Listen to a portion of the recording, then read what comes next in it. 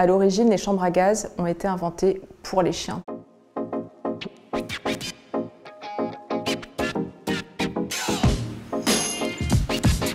L'affection pour les chiens, dans le guide pratique des maladies mentales de 1893, ce qu'on appelle l'affection immodérée pour son animal et pour son chien, c'est considéré comme une pathologie mentale. Et il en reste quand même un petit peu quelque chose aujourd'hui quand on est très attaché à son chien ou qu'on ne se remet pas d'un deuil canin parce qu'on fait une dépression suite à un deuil canin. Les gens autour de nous nous jugent en fait, trouvent qu'on en fait trop, qu'on surinvestit la relation, qui a un côté un peu chagrin de bonne femme, quoi. Aujourd'hui, on ne prend pas cette douleur-là au sérieux. Donc il y a ce truc, cette image de la femme un peu frivole, qui aime un peu trop son chien-chien, alors que l'amour qu'on a pour son chien, c'est beaucoup plus pur et beaucoup plus sincère que ça.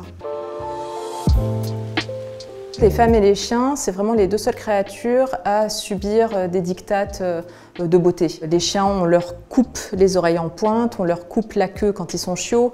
Nous, on se fait poser des faux seins. Il y a quelque chose d'assez similaire dans le fait de, je sais pas, se mettre de la crème anti-rides ou se mettre de la vaseline sur la truffe.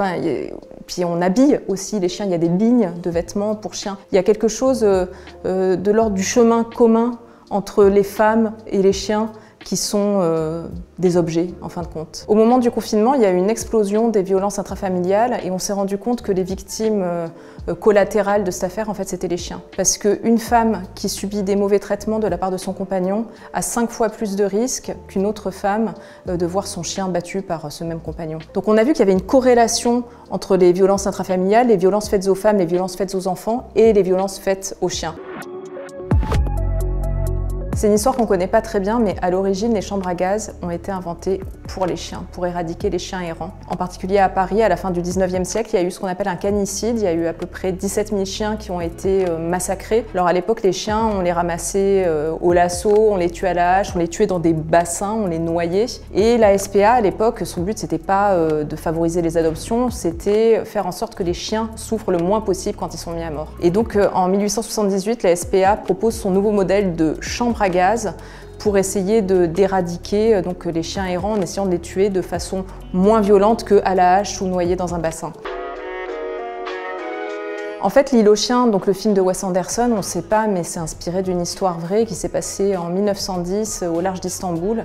Il y a eu 35 000 chiens qui ont été effectivement déportés sur une île et tous ces chiens-là sont morts de chaud, de déshydratation, de soif. Il n'y avait pas d'ombre, il n'y avait rien à boire ni à manger. En fait, à l'époque, les chiens errants, ils vivaient en paix avec la population stambouliote qui s'en occupait, qui leur donnait à manger, il n'y avait aucun souci. Mais en fait, c'est une période où on a voulu donner d'Istanbul une image très occidentale, en fait, une image de carte postale, et le chien errant ne faisait pas partie de ça. Et donc on a d'abord tué les chiens errants, et aussi on a déplacé au port de la ville toutes les populations qu'on estimait pas trop carte postale, genre des populations mendiantes, entre autres, etc. Donc en fait, d'abord on a déporté les chiens sur l'île aux chiens, et ensuite on a repoussé parfois même jusque dans des sanatoriums, en fait, des populations qui étaient juste pauvres, quoi. Donc l'île aux chiens, en fait, la vraie histoire de l'île aux chiens est quand même beaucoup moins drôle, beaucoup moins sympathique que le film de Wes Anderson.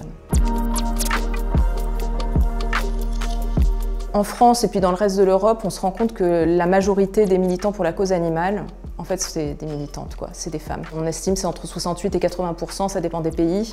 Et il y a un mouvement qui est un mouvement dit terroriste, qui est un mouvement qui date de la fin des années 70, qui est le Front de Libération Animale, qui est un mouvement dans lequel on trouve, proportionnellement par rapport aux autres luttes armées, où on trouve le plus de femmes.